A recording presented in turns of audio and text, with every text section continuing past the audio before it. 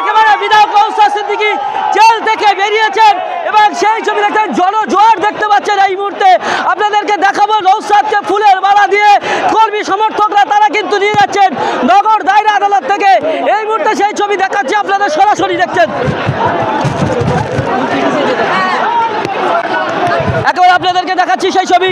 নওশাদ সিদ্দিকী এই মুহূর্তে নগর দায়রা আদালত থেকে বেরিয়েছেন এবং এখান থেকে বেরিয়ে তিনি কিন্তু আবার ধর্ণামঞ্চের দিকে এগোচ্ছেন।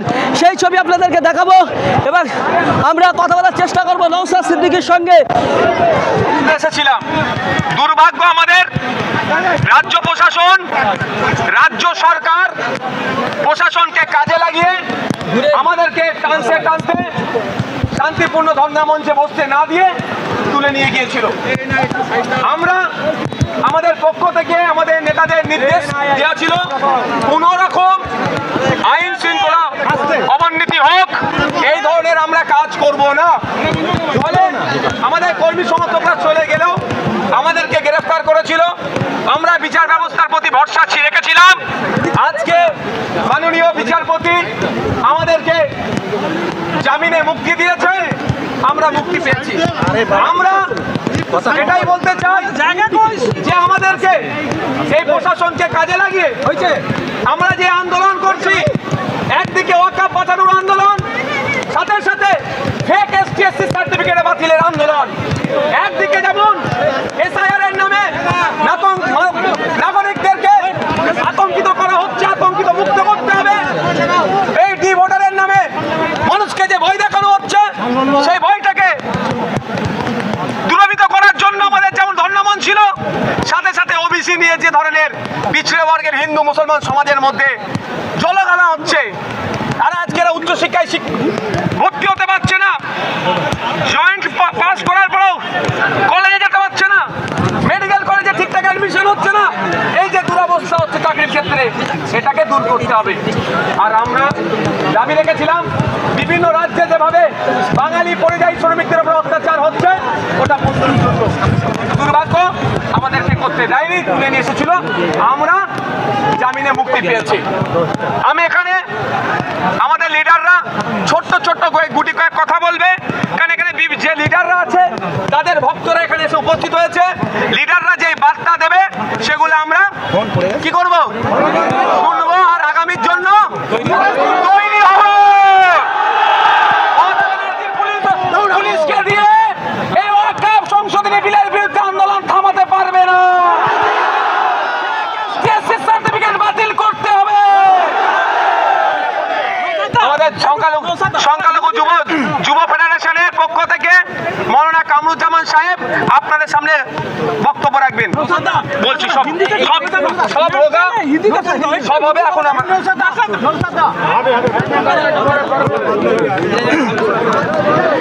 আমরা আইন ভাঙতেও আসিনি, আমরা কিন্তু কলকাতা পুলিশ কমিশনারকে গালি দিইনি। এমনকি একটা আন্দোলনের কর্মী কলকাতা পুলিশের গায়ে নখের আঁচড় পর্যন্ত দেয়নি। তারপরেও এই কলকাতা পুলিশ আমাদের শান্তিপূর্ণ আন্দোলন, আমরা রাস্তার এক পাশ ক্লিয়ার করে দিয়েছিলাম গাড়ি চালানোর জন্য, তারপরেও ধর্ণা আন্দোলন, অবস্থান আন্দোলনের মতো শান্তিপূর্ণ আন্দোলন ভাঙার জন্য শুধুমাত্র গ্রেফতার করেনি, আইনকে বুড়ো আঙুল দেখিয়ে তারা আমাদের 2 দিন ধরে জেল খাটিয়েছে, আমাদের কর্মীদের উপরে অত্যাচার করেছে। আমরা কিন্তু এটা কোনোভাবে ভুলবো না।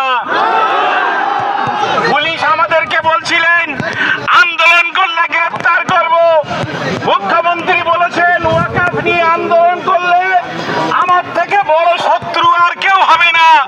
জেনে রাখবেন, শুধু গ্রেফতারের ভয় নয়, আমরা ফাঁসিতে ঝোলার ভয়ও কিন্তু করি না। আমরা মাথা নত করা জাতি নই, লড়াইয়ের মধ্য দিয়ে, শান্তিপূর্ণ আন্দোলনের মধ্য দিয়ে তা বুঝিয়ে দেব ইনশাল্লাহ। বাংলার বাইরে যে লাশ হয়ে ফিরছে, সেই লাশকে সহমর্মিতা জানিয়ে লাশের পরিবারের মানুষ আমরা, তাই তাদের জন্য কান্নাকাটি করব। কিন্তু দিদির পুলিশ বাঙালি শ্রমিকদের পাশে দাঁড়িয়ে তাদের হয়ে কান্নাকাটি করার জন্য আমাদেরকে অনুমতি দেয়নি।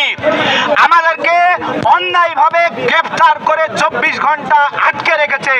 কিন্তু এই দিদির পুলিশকে যারা চটি দেখিয়েছে তাদেরকে দিদির পুলিশ কিছু বলেনি।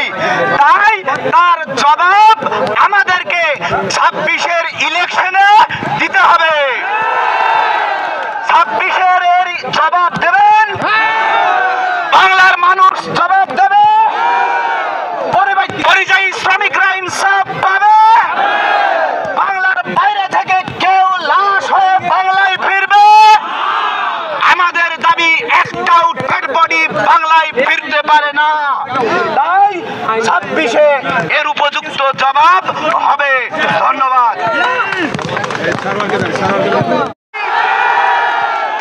পুলিশকে তার স্ত্রী তার বউকে ধরার দাবি আমরা আন্দোলন করতে এসেছিলাম এই বাংলার পরিযায়ী শ্রমিকদের জন্য, এই বাংলার সংখ্যালঘু আদিবাসী দলিতদের জন্য। আর মমতা বন্দ্যোপাধ্যায়ের পুলিশ আমাদেরকে মারতে মারতে জেলের ভেতর ঢুকিয়েছে। এর হিসাব 26-এ বুঝে নিতে হবে। 26-এ বুঝে নেব তো।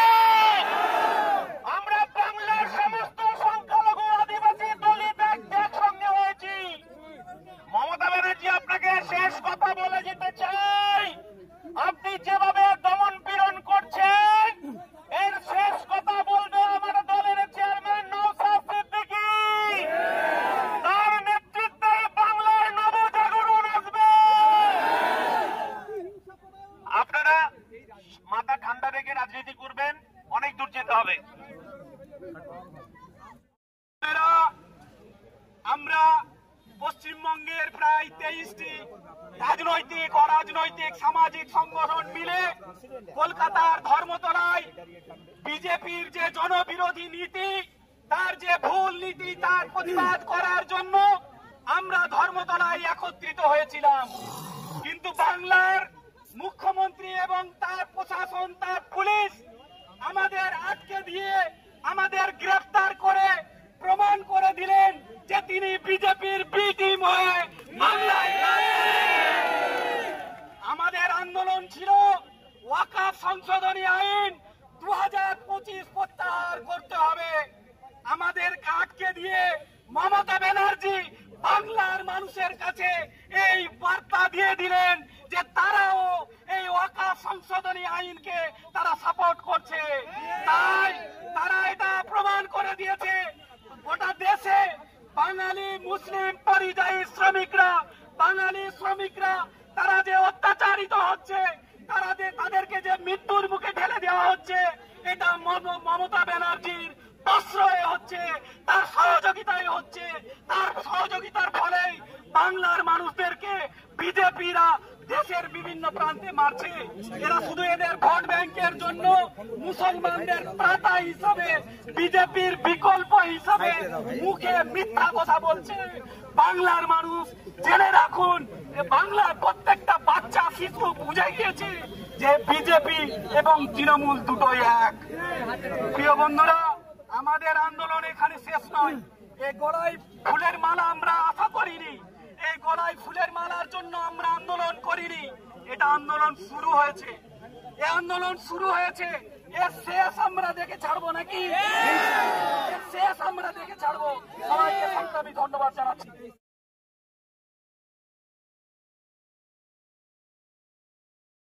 হয়ে যাবে, সবাইকে জেলে যাওয়ার জন্য তৈরি আছে।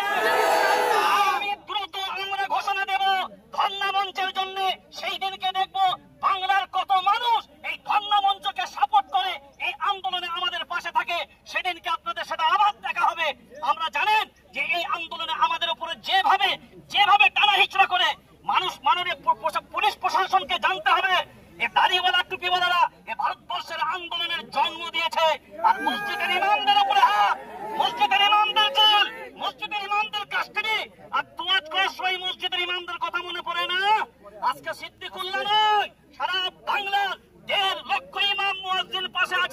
এটা কিন্তু পুলিশ মন্ত্রীকে জেনে রাখতে হবে। সবাই ভালো থাকবেন। আগামী আন্দোলনের ডাক দিয়ে আপনাদের কাছ থেকে এটি করলাম।